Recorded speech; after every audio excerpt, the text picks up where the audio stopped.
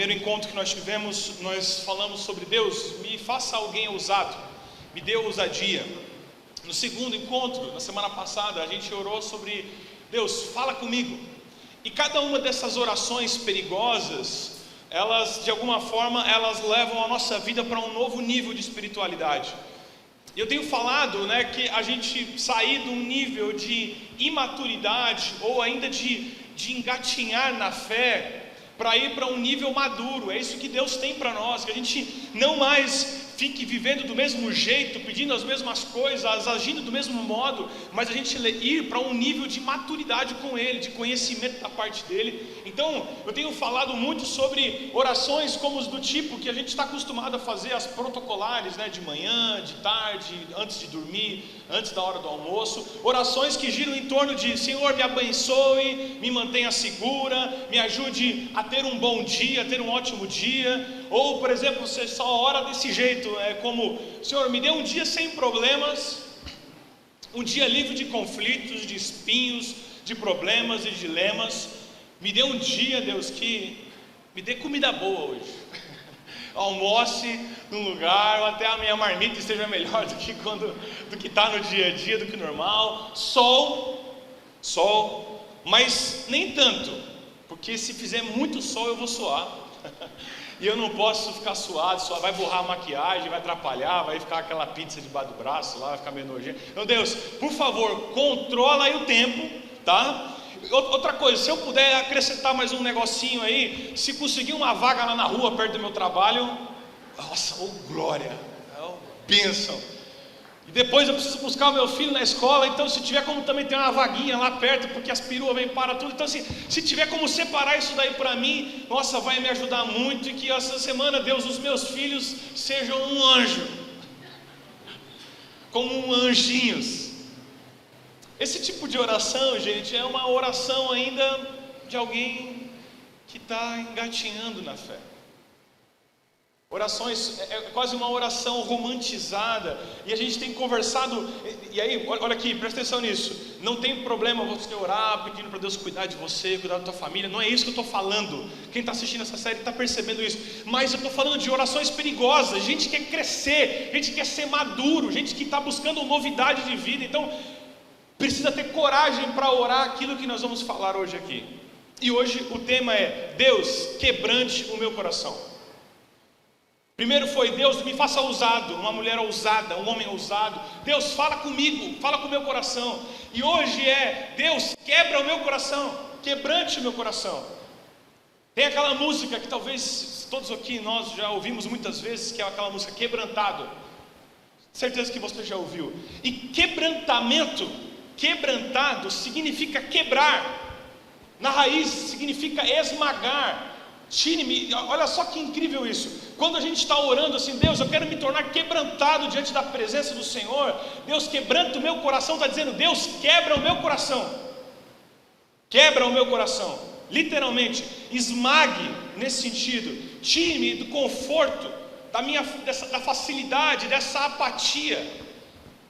E aí eu vou dizer um negócio para você: se você orar isso, Deus responderá. Gente, estou com um pouquinho de microfonia aqui no meu retorno. Deus vai responder. Mas se você orar pedindo para Deus quebrantar o seu coração, eu tenho uma notícia para você: você vai ficar desconfortável. Orar isso, Deus, quebranta o meu coração, vai colocar você numa posição desconfortável. Sabe por quê? Um coração quebrantado é um coração, olha só, quase foi um espanhol aí. Quem sabe a gente monta um culto hispano aí. Deus vai me colocar diante de uma situação de desconforto perante a vida. E um coração quebrantado é um coração que dói por causa das injustiças desse mundo. Um coração quebrantado é um coração que dói diante das injustiças desse mundo. Então, presta atenção. Orar isso: Deus, quebranta o meu coração, esmaga o meu coração, quebra o meu coração, para ouvir a tua vontade, o teu querer, às vezes vai levar a gente a perder o sono. Ouça isso. Você está olhando: Ih, pastor, eu já tenho dificuldade para dormir, agora vou perder o sono. Tem vezes que a gente vai perder o sono. Às vezes, quando a gente vai orar isso, Deus quebranta o meu coração, a gente vai sofrer resistência, oposição, crítica, e às vezes a gente vai sofrer perseguição. Mas presta atenção nisso que eu vou te dizer. Grava isso daqui que eu vou falar para você agora. Você só é abençoado, será abençoado à medida que o seu coração se parte por algo que parte o coração de Deus. Vou falar de novo. Você só será abençoado à medida que o seu coração se partir, se quebrar por aquilo que parte o coração de Deus. Aquilo que parte o coração de Deus, parte o seu coração. Vocês estão entendendo? Quando eu oro, Deus, quebrantado, me torna alguém quebrantado. Ele está virando dizer assim: Deus, me dá um coração igual ao teu. Me dá um coração igual ao teu. Olha só que oração perigosa isso. Deus, eu quero um coração como o teu. E quebra o meu coração ao ponto de doer em mim aquilo que dói no teu coração. Isso é oração de gente grande. Isso é oração de gente que está comprometida com o Evangelho. Quer ouvir? Abre comigo aí então lá em Jeremias, no capítulo 8. O profeta Jeremias é o profeta chamado profeta chorão. Inclusive tem um livro dele na sequência, um livro de lamentações. Olha só, o cara era tão chorão, mas tão chorão, que tem um livro só do choro dele. Talvez hoje em dia o pessoal ia falar, é o profeta mimimi. E o tempo inteiro ele está expondo esse sentimento. E olha só, antes de eu ler esse texto de Jeremias 8, presta atenção nisso aqui, ó. Deus, ele levanta no meio do seu povo sacerdotes. São o quê? Quem são os sacerdotes no Antigo Testamento? São as pessoas que ministravam. É aquelas pessoas que deveriam entrar na presença de Deus e ser íntimas de Deus. Mas, olha só que loucura isso. Nos tempos do Antigo Testamento, os sacerdotes começaram a se sentar na mesa dos reis. Os sacerdotes começaram a se envolver com o rei. E aí caiu na folha de pagamento do rei, você não consegue mais falar contra ele, porque é ele que está, você tem parte no meio disso. E aí então o que Deus faz quando os sacerdotes no tempo dele se entregam, são corrompidos? Deus levanta profetas. O povo se corrompe, o sacerdote, a religião se corrompe, Deus levanta profetas. E o que é um profeta? Mais do que uma voz de Deus, um profeta é alguém que tem o sentimento que Deus tem no coração na fala dele. Olha só que loucura isso. Então o profeta, ele não é apenas uma pessoa que fala em nome de Deus, é alguém que sente o que Deus sente. Olha que loucura isso. Se você for ler Oséias, teve até um louco um tempo atrás aí, um pastor, né? Você deve ter visto isso no Fantástico, que o cara falou assim, olha, que o Oséias na Bíblia ele casa com uma mulher adúltera, com uma prostituta. E aí o pastor, entendeu, vai lá e adultera, e ele adultera com a irmã da igreja. Olha que loucura. E aí ele falou lá, mas eu achei que era para adulterar. E aí o cara do Fantástico vira e falou assim, então, mas tem um acento na palavra aqui, não é para é adúltera e não adultera. Aí ele, essa aula de português aí eu faltei. Olha que absurdo. Mas voltando aqui, depois você vê isso daí, essa besteiraiada. Quando Deus fala para aquele homem, para Oséias, se casar com uma mulher adúltera, ele está querendo fazer o que com o profeta? Colocar um sentimento dentro da cabeça do profeta. Olha só que loucura isso. Mas Deus está mostrando, ó, é assim que eu me sinto.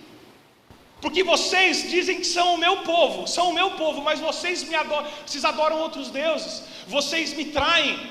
Ele está pegando Oséias e dizendo assim, Oséias, é assim que eu me sinto, traído.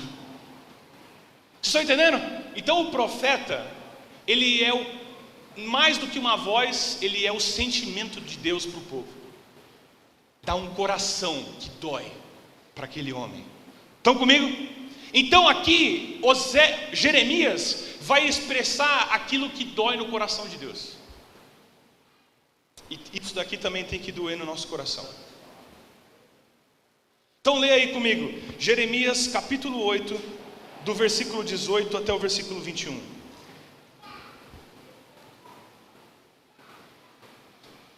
Olha isso aqui, Jeremias 8, do 18 até o 21. A tristeza tomou conta de mim. O meu coração se desfalece. Ouço o grito de socorro da minha filha, o meu povo, grito que se estende por toda esta terra. O Senhor não está em Sião?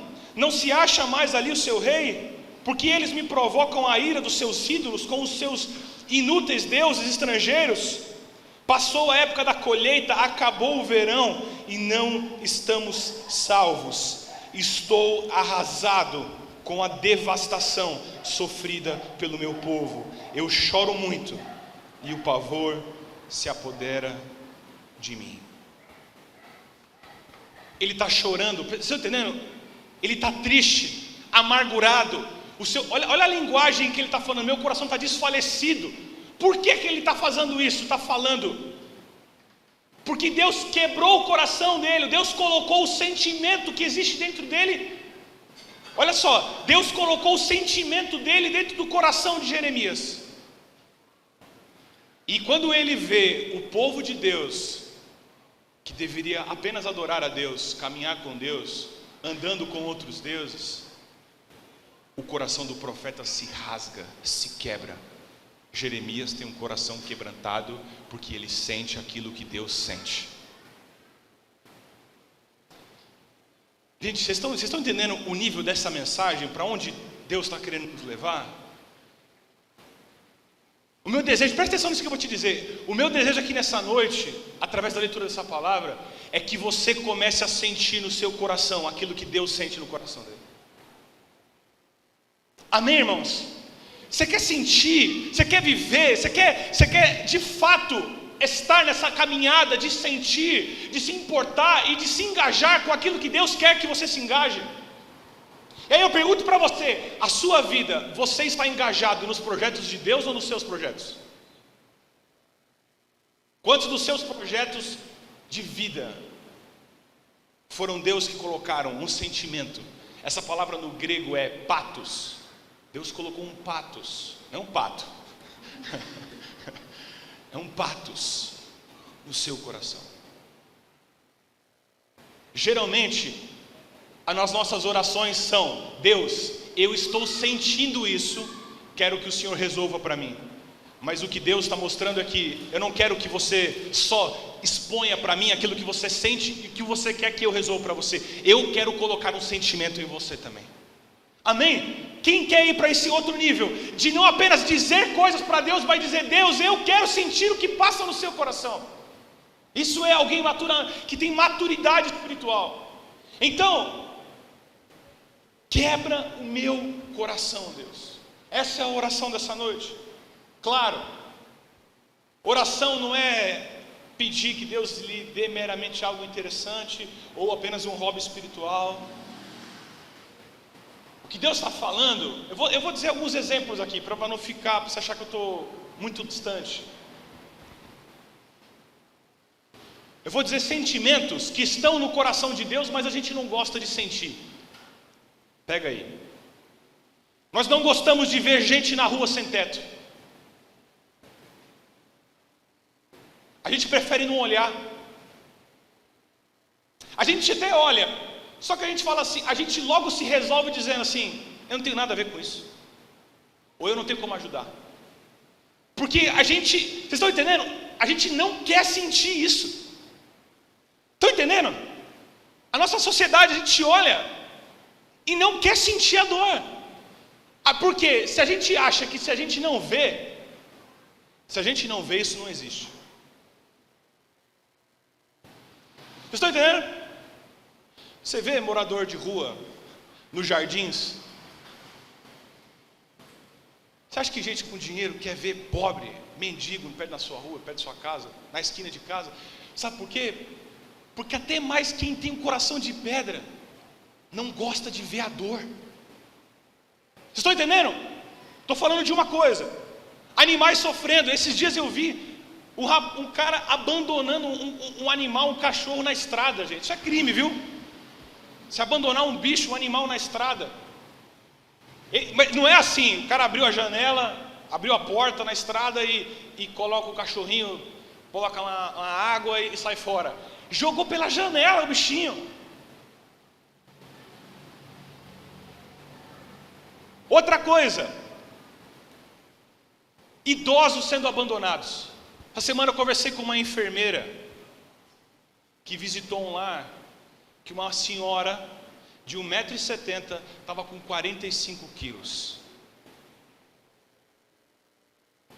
Porque os filhos abandonaram.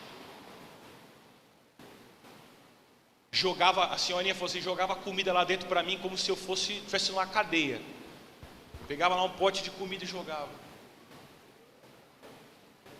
E a nossa geração aqui, a nossa expectativa de vida está crescendo. Isso é bom. Nós vamos viver mais. Todos nós aqui, a tendência é nós vivemos muito mais que os nossos pais, que os nossos avós. E aí, uma hora, vai ser eu e você que nós vamos ser idosos aqui. Eu espero que você fique velho. Eu quero ficar velho também. Mas bem, um tiozinho, velhinho, da hora. Mas a gente vai envelhecer. E a gente não quer lidar com isso, porque é peso. Tem gente que está colocando o senhor, uma idosa, um pai, mãe aqui, largando como fala? Num asilo, e esquecendo lá. Só que é nossa responsabilidade cuidar dessas pessoas que cuidaram de nós. E nós estamos abandonando essas pessoas. Então presta atenção nisso aqui, irmão. Ao contrário de tudo que a cultura programou para que você quer, porque a nossa cultura é assim, não é? A nossa cultura programou a gente para ver coisa bonita. MacBook, iPhone, e eu sou fã disso. Eu sei disso. A gente gosta de ver coisa bonita ou não? Né ou não? A gente gosta de ver coisa bonita, a gente gosta de ver coisa bela, a gente não quer ver sofrimento, porque a gente já tem muito sofrimento. Esse dia eu conversei com uma pessoa e falei assim, pastor, eu já vejo tanto sofrimento que nem mais filme, nem de romance eu assisto mais, porque eu tenho medo que alguém vai sofrer e eu não tenho mais estômago nem para ver filme de romance. Então, ao contrário disso, hoje vivemos uma versão suave do cristianismo. C.S. Lewis vai dizer que a gente vive o tempo do cristianismo água com açúcar. A gente não gosta mais de falar sobre coisas que dão tensão. Se tem alguma coisa que vai gerar tensão, a gente não quer falar, a gente não quer conversar, a gente não quer mais ouvir.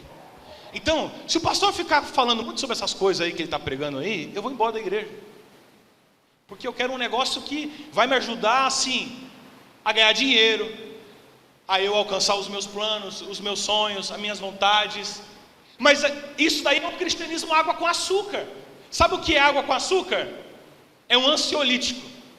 Ansiolítico é para gerar gente apática. Calma. O que está acelerado, você dá um ansiolítico para ele, você dá um Dramin, dá um Rivotril, a pessoa não tome isso, tá bom? Crianças, esquece, Rivotril é um brinquedo, tá? Então esquece isso aí. Mas você der o Rivotril para a pessoa, o que o Rivotril faz? Deixa você zen. Tem uns aí que irmão que já... Rivotril, calma irmão, estou preocupado, viu? Tem uns aí que... É sério, isso aí é sério, cuidado, medicamento sério.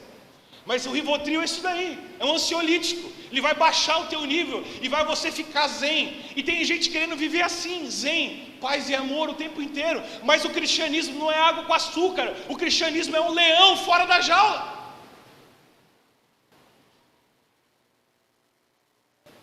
Então, aqui na CB Vida, você não vai ouvir o melhor da vida vai vir agora, o ano da colheita, o ano da abundância, o ano do favor do Senhor. Sabe por quê? Presta atenção nisso que eu vou te dizer agora. As maiores transformações e avivamentos de Deus para essa terra vieram em maiores momentos de quebrantamento. Então, avivamento não vai vir no ano da colheita, avivamento vai vir no ano dos maiores desafios das nossas vidas. Amém ou não? O povo de Deus se une, o povo de Deus ora, não quando está tudo bem, quando está tudo no lugar, quando está tudo ajustado, quando está tudo da maneira como a gente quer. O povo de Deus se ajoelha, ora, é quando as coisas estão no meio do caos. E se você estiver olhando para esse mundo, e você achar que está tudo ok, está tudo legal, você está no cristianismo água com açúcar. Então ok, Mateus, eu entendi. Se Deus quebrantar o meu coração, Ele me abençoa com um incômodo santo. É isso. A minha oração é que Deus te dê um incômodo santo aqui nessa noite. Um chacoalhão. Então presta atenção nisso que eu vou te dizer. O conforto nunca levou ninguém para a ação. Você sabe como surgiu o iPhone? Eu sou fã, eu gosto muito da Apple, dá pra ver, né? Era aquela época, e aí vou entregar a tua idade agora. Lembra do trackball? BlackBerry? Geração Z, BlackBerry é um celular. Se você sabe do que eu estou falando, a idade chegou para você. E tinha o Nokia, tinha o trackball, o teclado. Tinha teclado, o celular tinha teclado, viu, gente? E aí ele falou assim, bom, de um conflito, de um problema, olha só, de um problema que existia na velocidade de informações, ele queria inovar. Ele pegou e fez o lançamento de talvez de um dos produtos que mais revolucionaram a história da humanidade, que foi o touchscreen, o celular. Então, na solução, na vida mansa, no conforto, ninguém gera nada. Se você pegar a tua vida e estagnar, isso aqui não é só para a tua vida espiritual não, é para a tua carreira, para os teus negócios, para a tua empresa, para o teu relacionamento pessoal, relacionamento com Deus. Se você pegar, encostar o burro debaixo da sombra, e você falar assim, tá tudo bem, tá tudo no lugar, você vai quebrar a cara, porque na zona de conforto não tem inovação, para tudo na vida, zona de conforto não constrói ninguém. Não constrói nada de novo, nada de bom. Então se a tua vida está fora da zona do conforto, é a oportunidade para você inovar e você viver algo novo com Deus. Seja para a tua vida, para os teus negócios, para a tua carreira, aonde você for. Então, vida calma não gera nada. Então, presta atenção nisso, grava isso. Se você não enxergar o sofrimento do outro, jamais você vai desenvolver empatia e compaixão. Dias de dor nunca fizeram pessoas mais parecidas com Jesus. Dias sem dor nunca fizeram pessoas mais parecidas com Jesus. Porque aí, essa mensagem não é a que a gente gosta, mas o sofrimento fortalece e as provações ensinam a gente a depender de Deus. Irmãos, presta atenção nisso que eu estou falando. Ninguém vai chegar e vai dizer assim, Deus, olha, o Senhor é bom demais que eu estou passando esse problema aí com o meu casamento, que eu estou quase me divorciando. Assim, o Senhor é maravilhoso. Não, ninguém está falando isso. Mas em momentos que a gente olha e fala, eu estou no meio da crise, é a oportunidade para você depender de Deus, porque a gente olha e fala assim, eu não tenho mais saída a não ser confiar no Senhor.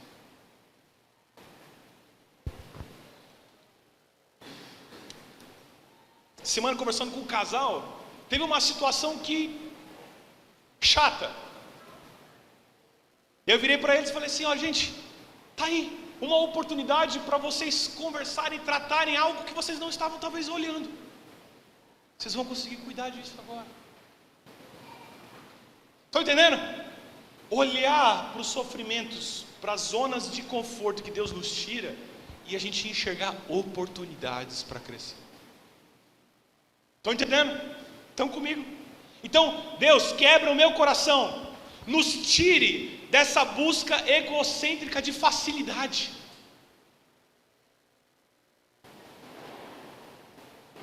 Gente, presta atenção nisso. A gente vive a geração mais preguiçosa que tem. Esses dias eu pedi um negócio no iFood, e aí, não vou falar o que era não, mas estava gostoso. Senão os irmãos aqui vão atiçar aí, talvez alguém tenha compulsão, então não vou falar não. Mas era um negócio bem gostoso. E aí, o cara do interfone me tocou lá em casa, apartamento. Aí eu falei, ó, fala pro cara subir aqui no hall do meu apartamento. E aí o pessoal falou assim, então, senhor Matheus, agora não vai mais dar para subir no hall, vai ficar lá na recepção mesmo, lá embaixo do seu prédio. Aí eu desci o apartamento chutando pedrinha, né? Que absurdo, quem foi que colocou essa regra aí miserável de que eu vou ter que descer até o hall? Que absurdo! Aí eu peguei o negócio, subi bravo, falei assim, Eu estou bravo porque eu pedi um alimento, que não foi eu que fiz, pedi um alimento pelo meu celular, o negócio chegou em 15 minutos na minha casa, o motorista subiu, veio até o hall do meu apartamento, e eu estou bravo porque eu apertei o elevador e desci até o 0, do 4 até o 0. É a gente assim agora. Porque a gente vive uma geração que só quer facilidade. A gente quer tudo na mão e da mão beijada. Essa geração de adolescentes aqui, às vezes eu aconselho algumas pessoas, pastor, eu tenho 20 anos e não tenho a minha casa própria. Eu falei, bate um papo com o teu pai, para ver quanto que ele pagou a casa dele. Pastor, eu estou frustrado, porque é o seguinte, eu não tenho nada assim, não tenho um carro zero. Conversa com o teu pai, com a tua mãe, bate um papo. A gente quer tudo de mão beijada, tudo fácil. Então sai desse movimento egocêntrico de facilidades, de tudo na mão. Porque olha, eu digo para você, orar pedindo que Deus quebrante o teu coração vai colocar você em movimento. Você vai ser colocado por um despertamento, uma indignação, e você vai sair da tua zona de conforto. Quer ver outros exemplos breves? Aí eu vou falar para você. Moisés, jovem hebreu. Moisés olha para o movimento que existia no tempo dele: escravidão, regime escravista, maus tratos, pessoas com o coração partido, vivendo uma opressão, mantidos como reféns. Então, olha só isso daqui. Moisés, que é criado no palácio, ele olha e diz: Deus, não é possível isso. Ele ficou tão desconfortável que aí ele até pecou. Ele mata um soldado. E aí, presta atenção nisso daqui, irmãos. Mais tarde, Deus retoma esse sentimento no coração dele e faz Moisés voltar para a sua terra e libertar aqueles que estão oprimidos. Vocês estão entendendo? Deus colocou um sentimento dentro do coração, gerou desconforto. Deus coloca um sentimento de quebrantamento no seu coração, que gera desconforto, que resulta numa ação, e que você vai confrontar aquilo que dói também no coração de Deus, e que vai começar a doer no teu coração. Quer outro exemplo? Davi vai como um delivery do Uber, do pai dele, vai levar comida para os irmãos na guerra. E aí ele chega lá, ele vê Golias proferindo insultos a Deus e o povo de Israel. Gera um sentimento de desconforto no coração de Davi. Vocês estão entendendo o que eu estou falando, gente? Gera um desconforto tão grande, que ele olha e fala: quem é você para vir contra o meu Deus? E ele fala: eu preciso fazer algo. Eu preciso fazer algo. Neemias, presta atenção nisso. Neemias morava no palácio, um trabalho confortável. Então chegam notícias de que a sua família e o seu povo estavam destruídos. As muralhas caíram, o templo caiu, notícias tristes. Ele se quebra, chora, ora, e aí coloca a vida dele em risco, chegando diante do rei e falando: rei, a minha família está nessa situação. Eu não posso olhar e não fazer nada. Usa a minha vida. Quero lutar com as famílias do meu povo. O seu coração estava partido. Então minha fala para você hoje aqui, já estou terminando, Deus, sacode meu coração, me tira da minha zona de conforto, mexa em você com um descontentamento divino que você não simplesmente não possa ignorar. Por exemplo, eu vou dar um exemplo bem interessante. Eu já falei aqui uma vez por cima. Eu conheci um projeto de uma mulher, de uma amiga, que ela trabalha. Olha só que incrível isso. Ela olhou e ela viu que as mulheres que saíam da prisão, elas não conseguiam emprego. Elas saíam da prisão sem ensino, sem instrução nenhuma. E o que acontecia quando eram libertas? Não conseguiam emprego, o que elas faziam? Voltavam a roubar, a traficar, E aí ela virou e falou assim: a gente precisa quebrar isso daí. Então ela larga o trabalho dela na Zara, gerente comercial, olha o nível de... Não sei se alguns de vocês fariam isso, mas Deus colocou um sentimento no coração dela. Ela larga e começa a montar um curso de corte e de costura apenas para mulheres egressas. E ela lança uma marca de roupa, apenas mulheres egressas do sistema prisional. E eu fui lá ouvir os testemunhos de mulheres que falaram: eu ia voltar a roubar, eu ia voltar a traficar, mas eu tive uma oportunidade, porque essa mulher se levantou, fez esse projeto, e agora a minha família e as minhas filhas se alimentam do fruto desse projeto que Deus colocou no coração dessa mulher. Vocês estão entendendo? Um descontentamento com algo que ela olhou e falou: isso aqui é morte. Alguém sentiu o que sente no coração de Deus e disse: não pode ficar do jeito que está, eu preciso fazer algo. E aí? Ela tem feito hoje, eu falei isso aqui, moldes recicláveis e reutilizáveis, e a ideia é distribuir para todas as mulheres presas no nosso país. Está levantando recursos, projetos. Inclusive, se você quiser comprar roupas dessa marca, eu passo depois para você abençoar a vida dessas mulheres. Vocês estão entendendo? A gente tem que olhar para as coisas que estão fora do lugar, no nosso tempo, na nossa casa, na nossa vida, e se sentir desconfortável. Por exemplo, coisas da vida: uma criança que não sabe ler, tráfico humano.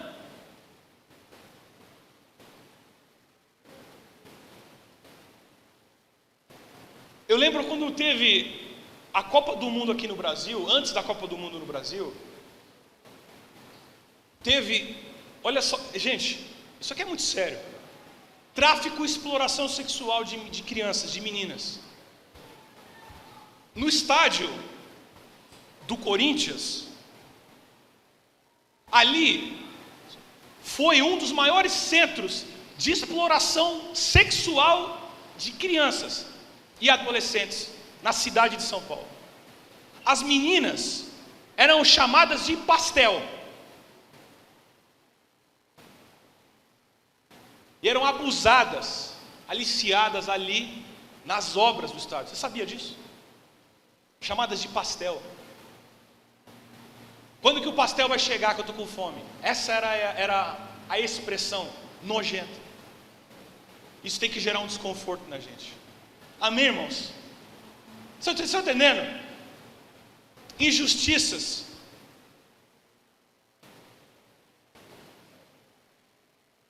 Tem gente vivendo vícios presos. Tem gente vivendo casamentos infiéis.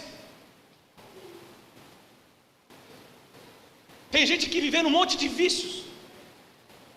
É tempo de você olhar para a tua vida, de tudo aquilo que Deus não está, que dói no coração de Deus, e você começar a se sentir confortável. Não é só com o externo, mas é com o interno também, que tem um monte de coisa dentro da minha e da sua vida, que Deus olha e o coração dele se entristece, e é hora da gente começar a se sentir desconfortável.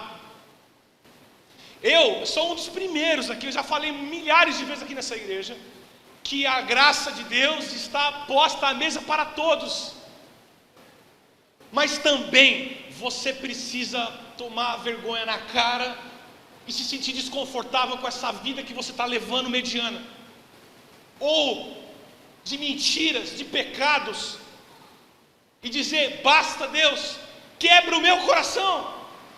Porque se você for sempre dar desculpas, você sempre vai ficar no mesmo lugar, na zona de conforto. Estão entendendo, irmãos? É uma guerra externa, mas também é uma guerra interna. Talvez tenha gente viciado aqui em pornografia, em drogas. Talvez você esteja no tempo de apatia espiritual. Às vezes é a igreja, a igreja brasileira, eu não sei.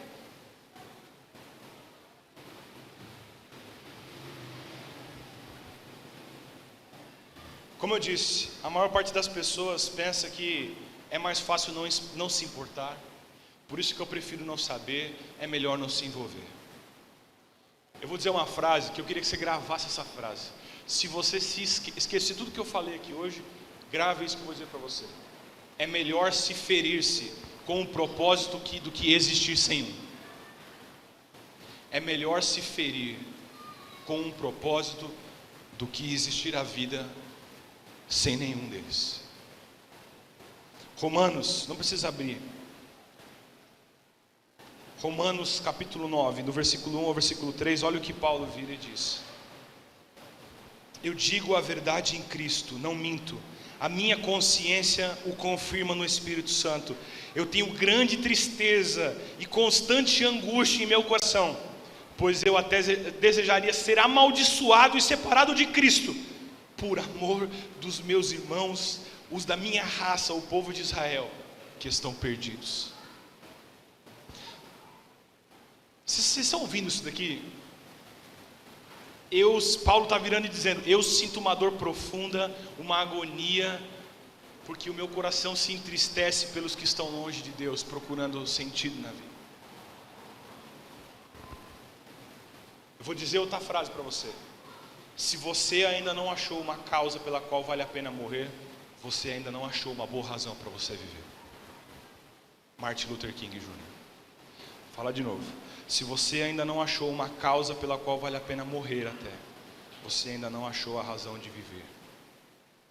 O que dói no coração de Deus precisa doer no seu coração.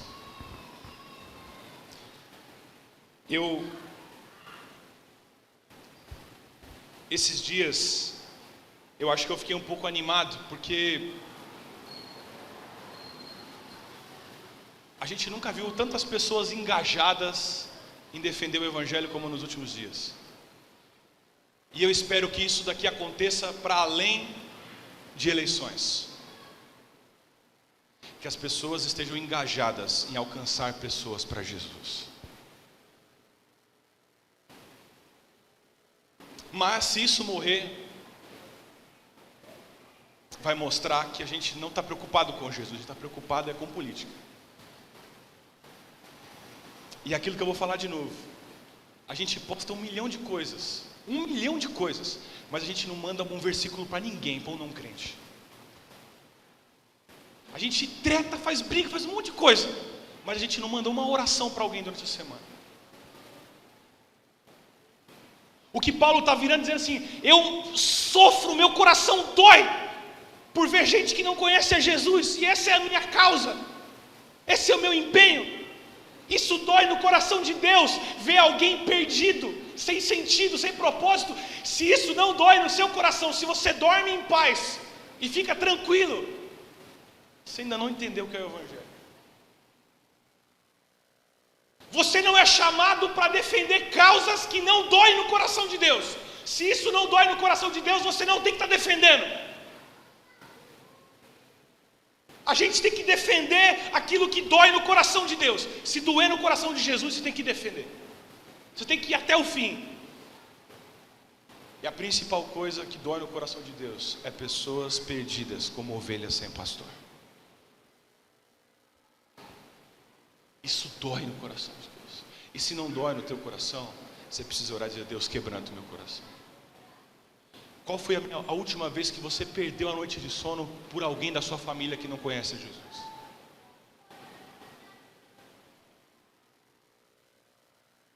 Qual foi a última vez? Eu digo que você dá para alguém quando te sobra, isso não é generosidade.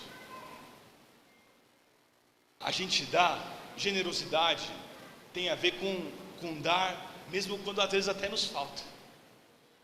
Porque Deus gerou um desconforto no seu coração, você foi lá e deu. Então eu vou dizer um negócio para vocês, grava isso daqui: cristianismo não é paz de espírito, como a gente entende. Vou falar de novo: cristianismo não é paz de espírito como a gente pensa. Sabe como a gente pensa paz de espírito? Eu estou com Jesus. Tá tudo, surfista, né? Eu estou com Jesus, minha salvação está garantida, tá tudo legal, tô gente boa. Cristianismo não é esse tipo de paz de espírito. Cristianismo é desconforto na alma. Porque se você estiver muito confortável nessa vida, você não está vivendo o cristianismo de forma integral. Você tem que ficar desconfortável, porque Deus está olhando para esse mundo e dizendo: tem um monte de coisas fora do lugar, tem um monte de gente perdida, sem esperança. E é através da minha mensagem, é através da expansão do reino de Deus, que a gente vai colocar as coisas no lugar. Amém? Amém ou não? Irmãos, grava isso que eu vou dizer para você. Grava isso que eu vou dizer para você. Independentemente de quem ganhe ou quem deixe de ganhar, a gente precisa estar empenhado na causa do Evangelho. Amém? Reis e reinos vão surgir, mas o reino de Deus jamais terá fim. Você crê nisso? Você pode se envolver com política? Claro, é um dever seu, é um dever nosso, é responsabilidade nossa. Mas não é causa última, a causa primária é a causa do Evangelho do nosso Senhor Jesus Cristo. Amém? Amém, igreja? Nós somos cristãos, nós somos cidadãos de um outro reino. Amém? Mais uma vez eu vou dizer, você pode se engajar, é teu papel cívico, mas não se esqueça daquilo que é central para nós. Tem que doer no coração de Deus. Se não dói no coração de Deus, não tem que ser uma preocupação para você. Amém? Vou dizer mais uma vez, o que dói no coração de Jesus precisa doer em você. Que Deus quebrante o meu e o seu coração e me leve a ter os mesmos sentimentos e ações que existem no coração dele, existir no seu coração. Você quer um coração igual a Deus? Pode vir já. Antes da gente orar, eu queria voltar no rei Davi. Uma vez um rapaz chegou para mim e falou assim: pastor, eu acho que Deus errou nesse negócio de Davi ser o homem segundo o coração dele. Pô, o cara é um assassino,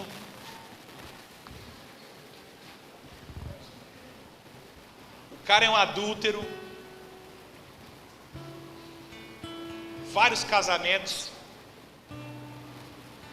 falhou. Olha os filhos, um tentou matar ele, o outro era um tranqueira, o outro piorou tudo que ele fez. Esse cara não era um homem segundo o coração de Deus.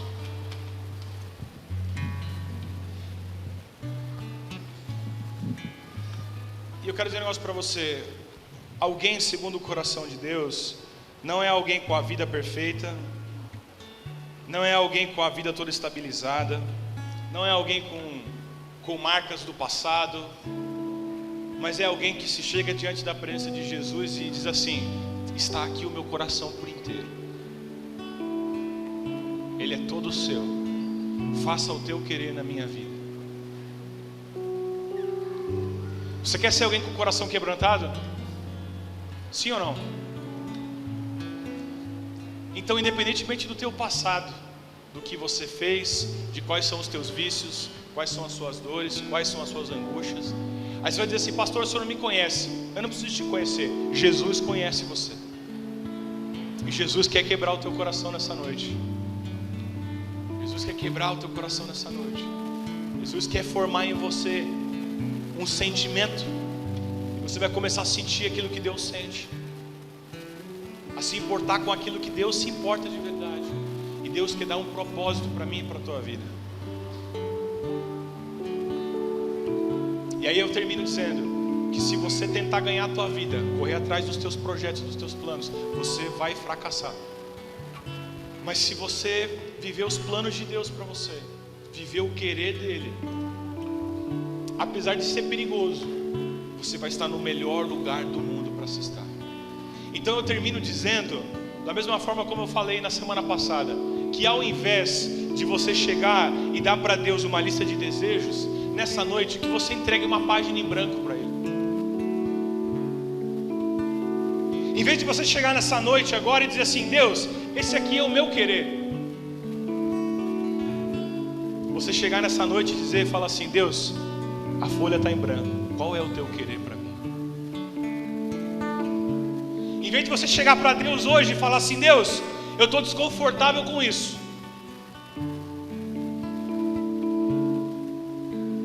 você virar para Deus e falar assim: Deus, no que o Senhor quer que eu esteja desconfortável? Vocês estão entendendo?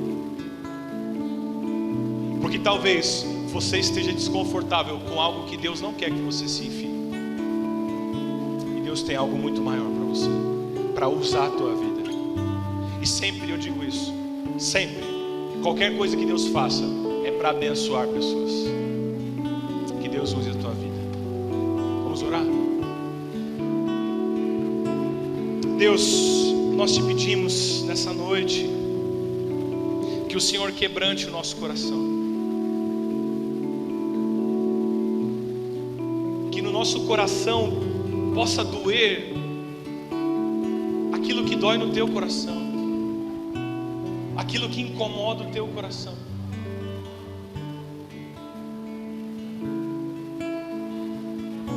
Não nos deixe, Deus, perder a nossa vida com causas que o Senhor não está nelas.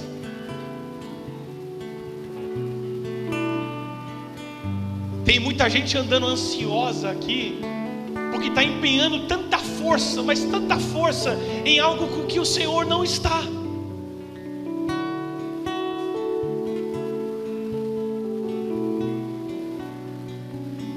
E tem outras coisas que o Senhor quer que nós possamos empenhar as nossas forças, os nossos recursos, o nosso tempo, e nós estamos sendo displicentes. Mas nós pedimos: Deus, quebra o nosso coração nessa noite.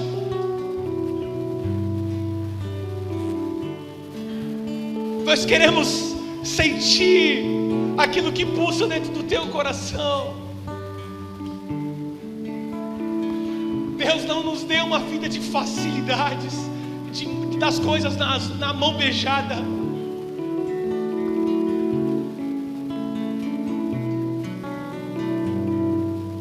Nós não oramos, Deus, nessa noite para que os nossos dias sejam calmos,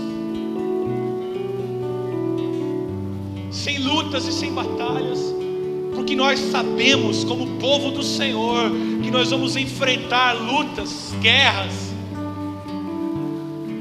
Como a tua palavra nos diz, todos os dias nós somos expostos a perigos, a lutas, a batalhas, a naufrágios, ao frio, ao calor, à fome. Mas nós não somos abalados, pois o Senhor é conosco. Nos dê o teu coração. Eu oro aqui por gente, por pessoas, Deus, que estão empurrando a vida com a barriga, estão vivendo uma apatia espiritual, estão vivendo uma frieza.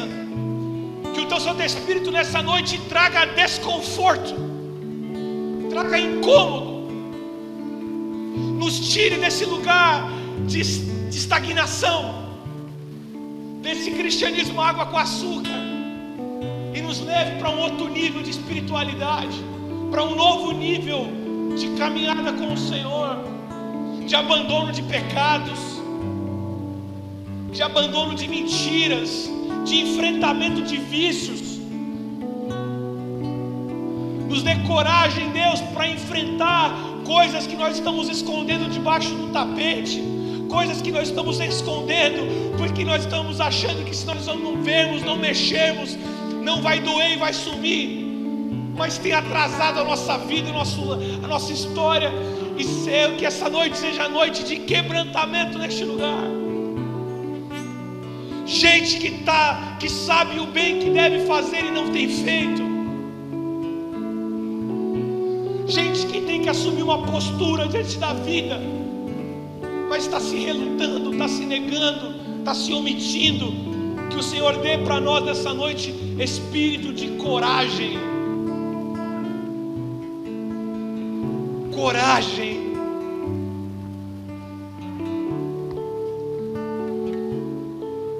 E nós terminamos orando, Deus,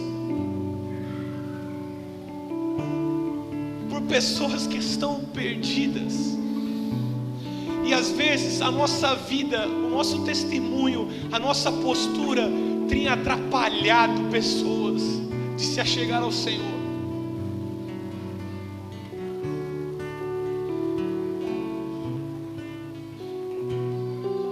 Nós pedimos, Deus, que o Senhor gere dentro de nós, dentro da nossa igreja, um desconforto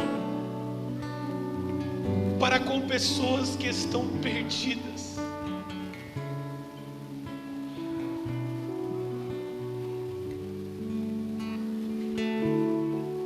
Que o nosso empenho com dinheiro, por política, pelos nossos hobbies, pelo nosso prazer, sejam ínfimos, pequenininhos, perto do nosso empenho de cuidar de pessoas,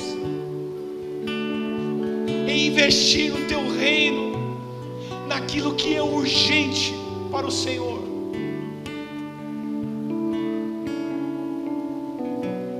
A minha oração, Deus, é que o Senhor coloque pessoas essa semana, coloque pessoas na nossa vida, na nossa frente, para nós ministrarmos, Deus, para nós sermos as Tuas mãos,